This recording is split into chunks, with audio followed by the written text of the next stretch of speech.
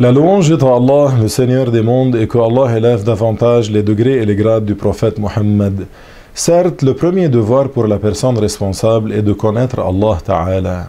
Allah est le créateur de la totalité des choses existantes. En effet, si nous observons l'ensemble des choses et que nous y réfléchissons sainement, nous saurons qu'elles ont un créateur qui les a créées.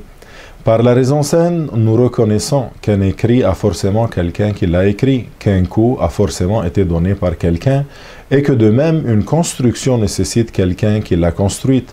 Ce monde, à plus forte raison, avec ce qu'il comporte de créatures, a donc nécessairement un créateur ayant parmi ses attributs la vie, la volonté, la science et la puissance. C'est Allah subhanahu wa ta'ala.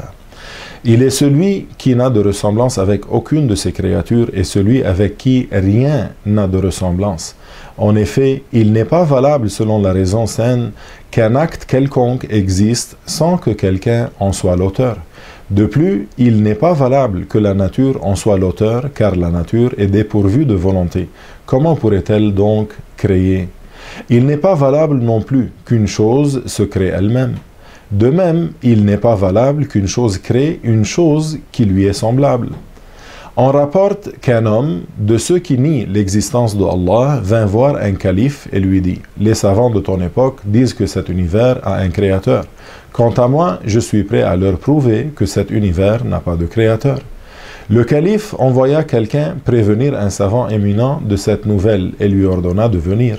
Le savant se présenta sciemment, un peu en retard au rendez-vous, et finit par arriver. Le calife l'accueillit et le fit asseoir à l'avant de l'assemblée, tandis que savants et notables s'étaient déjà rassemblés.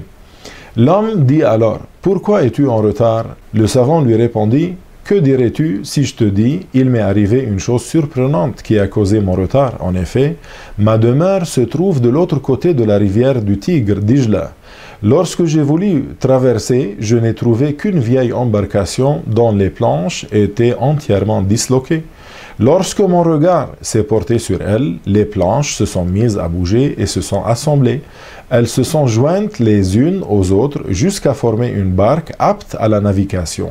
Tout ceci sans qu'aucun menuisier n'y touche et sans qu'aucun ouvrier n'y travaille. J'ai donc pris place à l'intérieur de la barque et j'ai traversé la rivière pour arriver jusqu'ici, mais un peu en retard.